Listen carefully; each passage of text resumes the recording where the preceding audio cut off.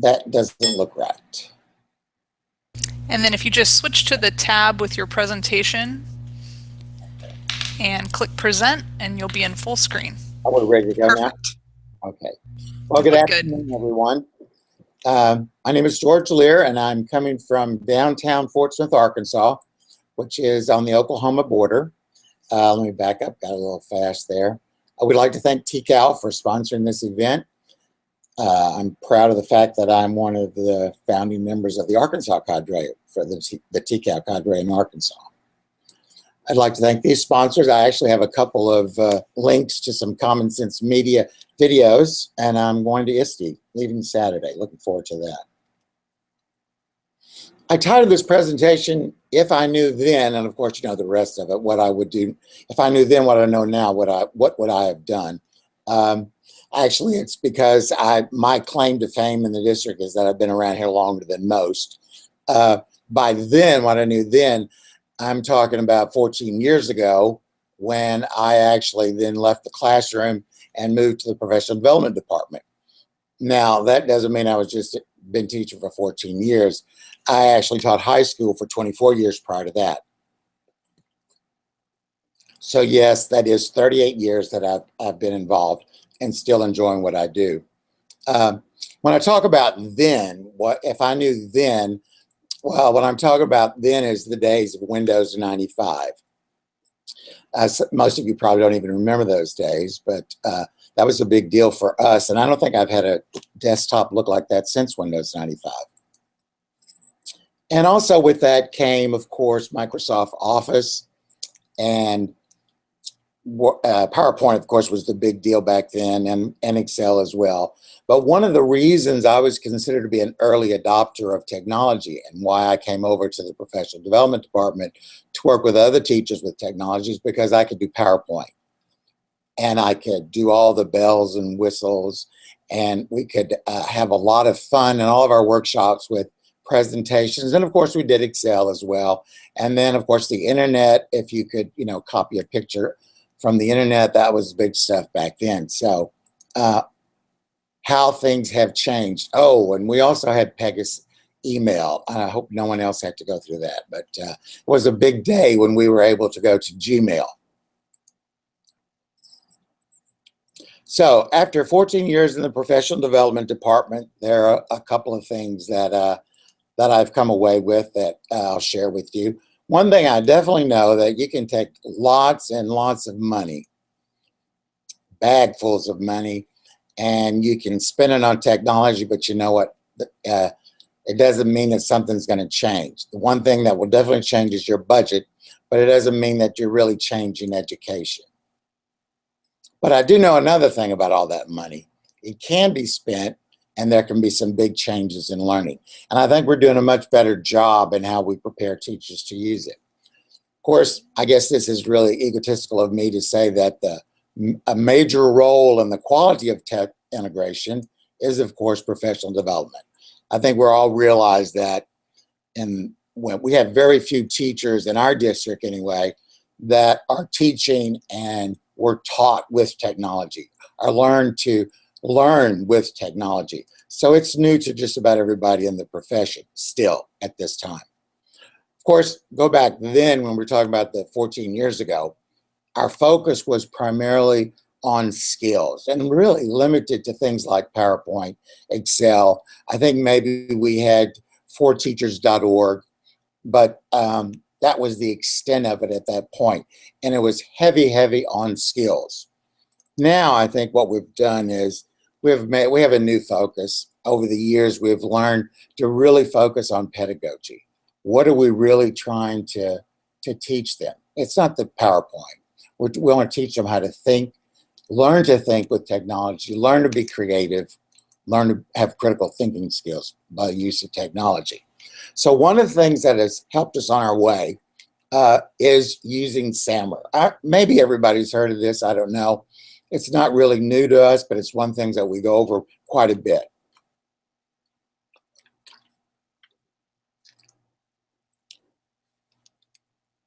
This was developed by Dr. Penta Dora, And it's really quite simple. It's 4 different levels of technology integration, and it has really made a difference in the way our administrators talk about technology, the way they talk with their teachers after they visit their classrooms.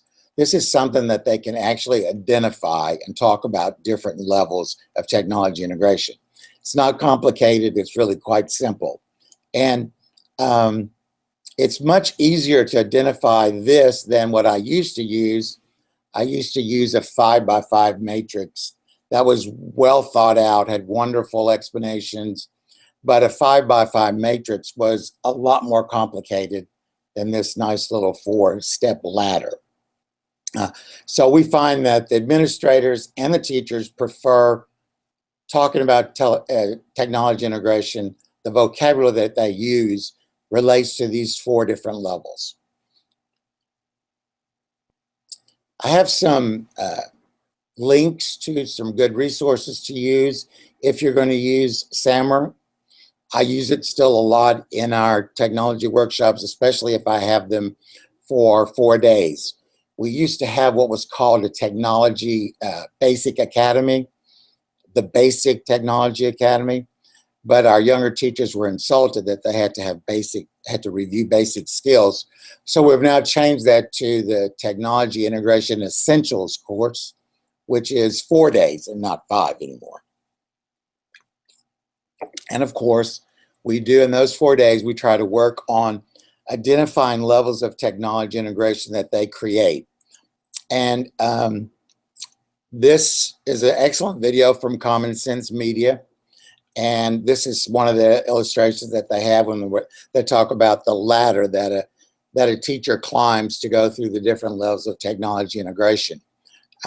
One comparison I've heard about is comparing this to maybe the depths of water in a swimming pool. The lower levels of substitution and augmentation, like the lower levels in a swimming pool where it's very safe to maneuver. But when you go deeper, and what they refer to here as going across, teaching above the line, then it gets a little bit more dangerous, and you have to think a little bit more. You have to know more. You have to have better skills. So the same thing is related to when we're talking about technology integration. This is a link to Dr. Penta Dora's blog, which is a good explanation of what he has pinned. He talks about it as a puzzle, and then he makes a connection with which helps a lot of teachers. He makes a connection with Bloom's and his 4 levels of SAMR. I like the way these actually just blend into one another. I think that's extremely helpful to lead to discussions about the different levels. In other words, it's not this precise, exact answers. There's not just one correct answer as to how a teacher is teaching with technology. You can't read it. If you watch them in practice, you can probably do a better job of labeling it. But for discussion purposes, I like the way that he aligns Bloom's with that. Of course, in true professional style, like everything Kathy Schrock does, she has a wonderful explanation of SAMR and Bloom's, and on one of her pages where she talks about SAMR, but she goes and takes Bloom's this way. And I like this because it really does show how it blends from one to another.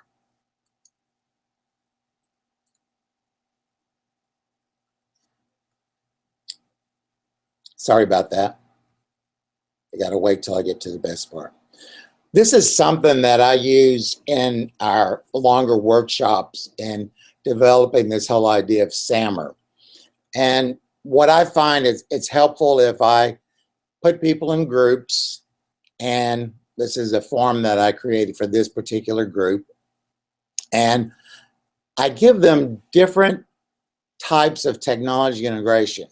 I actually have real true life explanations of what a teacher has done in her classroom over the years in the realm of technology. One sample is her, like this one right here, Elmo Visual Presenter, how she's used that in the classroom.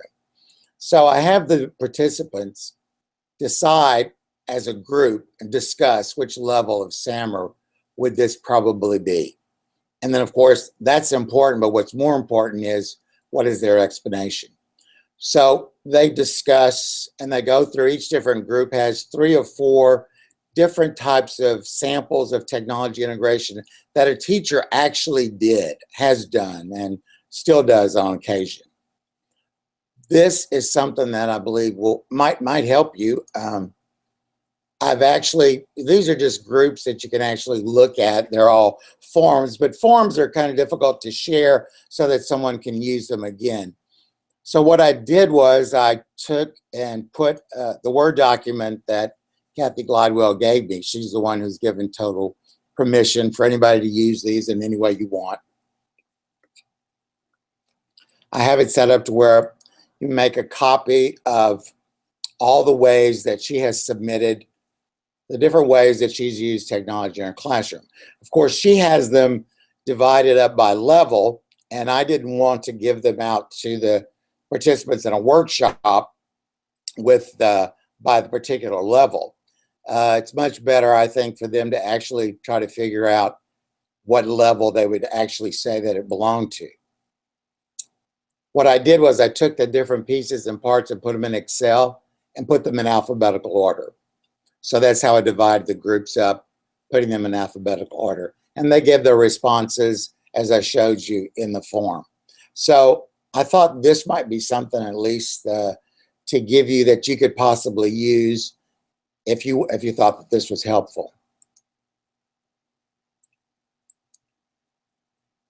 The next thing I want to talk about is what I believe was actually the best PD experience that I may have had. Actually, it was even this past year.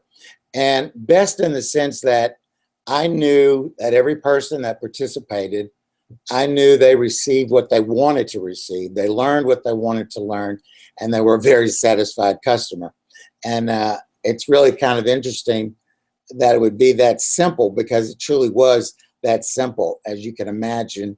This is the only picture I have in the whole presentation. This is what I think resulted in the best professional development that I've ever done. And it amounted to just sitting together. It's very simple.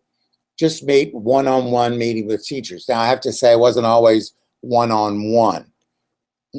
It was frequently one-on-two, but by grade level. And the idea was to meet with them one-on-one and do this repeatedly. So how this happened is I usually meet with the principals of the schools that I am assigned to. We have 26 elementary schools, 2 high schools, 4 junior highs, and 1 alternative school. And there are only 4 of us as technology integration specialists. So we have several schools to work with. But I usually try to meet with them at the beginning of the year and find out if there's anything they want me to do in particular with regard to technology with their teachers. In this case, this was an elementary principal, and she wanted me to create a form that asked for what they have been doing in technology and what they would like to do with technology. So it was just a simple form that I sent to them. How can George help you with tech? That's not very sophisticated, but it was just simply what do you want? What can I do for you in the realm of technology? I kind of tried to lead them in directions of maybe this is what they would be talking about. I didn't get very much of that. But I did get some real honest answers. When they submitted the form, and I had on the form responses like Moodle, new technology suggestions, Moodle. So what was necessary for me to do was to go to and meet with the individual teachers and find out exactly what they were talking about. So it went from, I want to use Moodle, but I want to use Moodle Workshop so that my kids can use the peer viewing and using the different type of grading scale or whatever she would come up with, any kind of a rubric, and then they would be graded on their grading. If you're familiar with the Moodle workshop, that's how that works. So in other words, I went from very general ideas of working with Moodle, or general ideas if I want to use my Mimeo board in a different way, my Promethean board, or all the different types of general things they asked me about. So what happened in this first meeting, which was by grade level, I think you probably saw on the schedule how that worked out, because I have, in this particular school, there are only probably 2 classes per grade level, and we have K-6 in our elementary schools. Then I would meet with them during their prep period that they had at the same time. Their pull-out periods were the same. So when I met with them, I could actually understand exactly what they were talking about as what they wanted. What did they mean by Moodle workshop? What exactly did they want to do? So the first time that I met with them, it was just fact-finding, really. But of course, the real gain was when I came back maybe it was a month later, when I had gone through every one of the requests that they had. I'd gone from that very general request to very specific ideas. And we went through each one of those with them. And of course, they were extremely satisfied and happy that they were able to learn something that they wanted to learn. And they could learn it so much faster because it was just a 1-to-2 or 1-to-1 situation. So when I left that day, that was probably one of the best days I had had personally as a professional development instructor. The principal was also happy because all of her teachers really felt empowered, and that they had spent some quality time on their prep period learning something that they wanted to learn. That was the most important thing. It was the level where they were and what they wanted to learn. Now, we didn't stop there. I went back after a month to check to see how they were doing. And in most cases, they wanted to do one more thing. They maybe had learned how to use Mimeo, but they wanted to be able to use more of the clip art or more other applications. And in Moodle, they wanted to go further than what they had before. So that round was also very successful and really meaningful to all of the teachers. So I would recommend, of course, everybody's talking now about this idea of blended PD or on-site PD, which I now see works extremely well. Of course, we also know now this is something really so obvious, it's almost ridiculous to mention it, but working together makes a difference. And we're kind of working together in a very different way, because what we have is we have teachers with instructional facilitators, those are the content specialists, and working with us, technology facilitators. So we have these 3 pieces coming together, which I have found makes a big difference.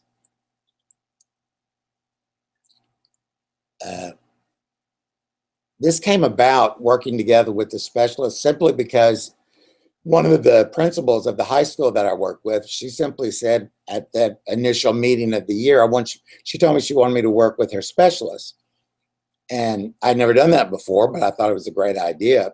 And especially since I knew one of the content specialists, the literacy specialist at that school, I had taught with her in the same high school. So we had a pretty good relationship already. So when we met and we started to discuss how we were going to work together, the literacy specialist that I knew well, she was very honest and said she was a little worried that we would just come in and put technology on top of what they were already doing. And I reassured her on more than one occasion that we were talking about very meaningful technology integration, not simply throw out something just so that the teacher can mark it off as having taught with technology. The very first coaching cycle that I participated in was really kind of impromptu. I went over to meet, and the literacy specialist was having a meeting with her social studies teachers, all of the world history teachers for that particular high school, they had a TLC time once a week, and that's when she would meet with them. Well, I went along, and they were talking about introducing World War II.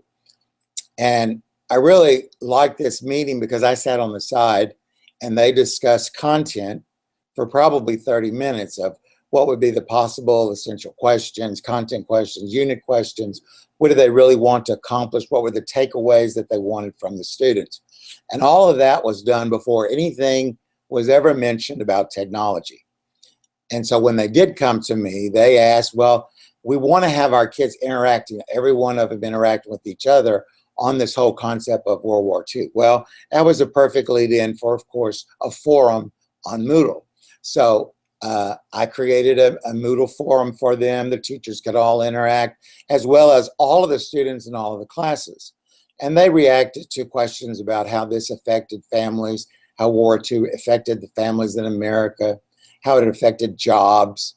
Then they used one forum that had to do with the posters regarding World War II, the propaganda posters, and what effect did they think they had on people, and how would that be different today? So they had questions that were not just basic knowledge level questions. They were one that involved some sort of thinking. And they were surprised that, of course, what the students had for ideas and how complex they were in certain situations. And then, of course, the ability for one student to talk to another or to react to another student. They really thought that was meaningful to their students as well as to them as teachers.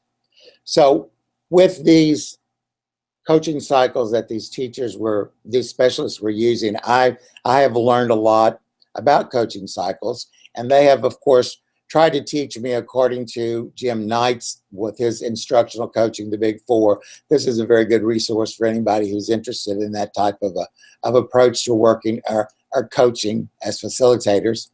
And then, of course, Diane Sweeney, and I actually have gone to one of her workshops on her whole idea of student-centered coaching cycles.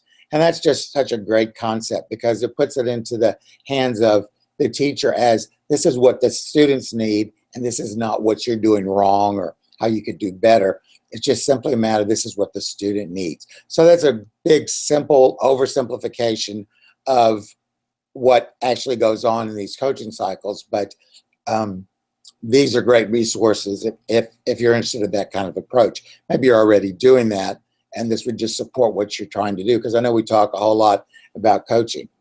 Now, I had known about TPAC for quite some time, and as I was going through it, I thought, that's exactly what we're trying to do in our coaching cycles. And TPAC, by tpac.org, is a group of people, and they have analyzed technology integration, and they've looked at really teaching in the 21st century what we're trying to accomplish with our students. And it kind of shows that it's just not that simple to be a teacher that truly integrates technology well, because it involves some different components. They, of course, have to know their content knowledge, and they need to have they need knowledge of the pedagogy. They need to be able to know how to teach the content.